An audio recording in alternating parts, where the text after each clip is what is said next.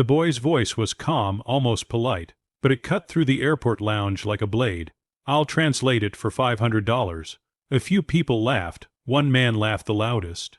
He was a millionaire tailored suit, watch worth more than most people's cars, phone pressed to his ear as if the world waited on his next word.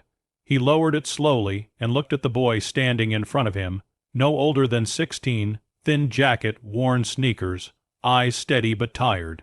"500, the man scoffed. "For what, kid? 2 sentences.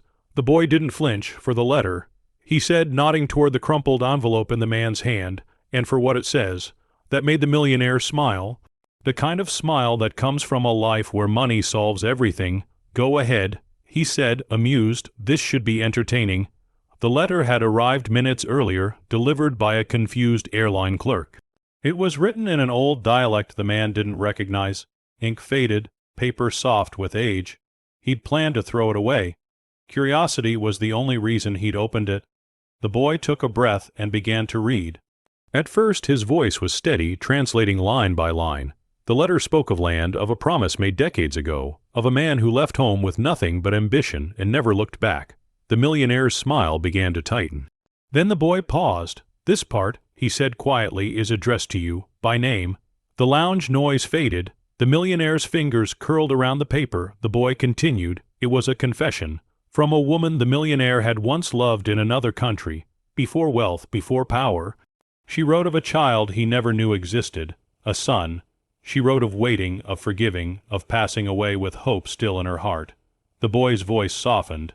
"She says the land you're building your new resort on," he translated, "was meant to be returned to the family, and to the child, if you ever remembered who you were before the money." The millionaire's face drained of color. "How much is left?" he whispered. The boy finished the letter, then he handed it back. "That's all," he said. The millionaire stared at the boy, shaken. "How do you know this language?" The boy hesitated. "My mother spoke it. She passed last year." He swallowed.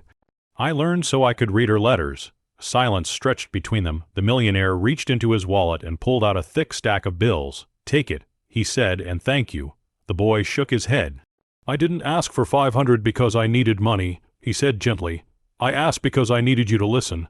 Something in the millionaire cracked. He handed the boy the money anyway, then added more. And before he boarded his flight, he made a call. The resort project was paused. The land was returned. A foundation was created in the woman's name.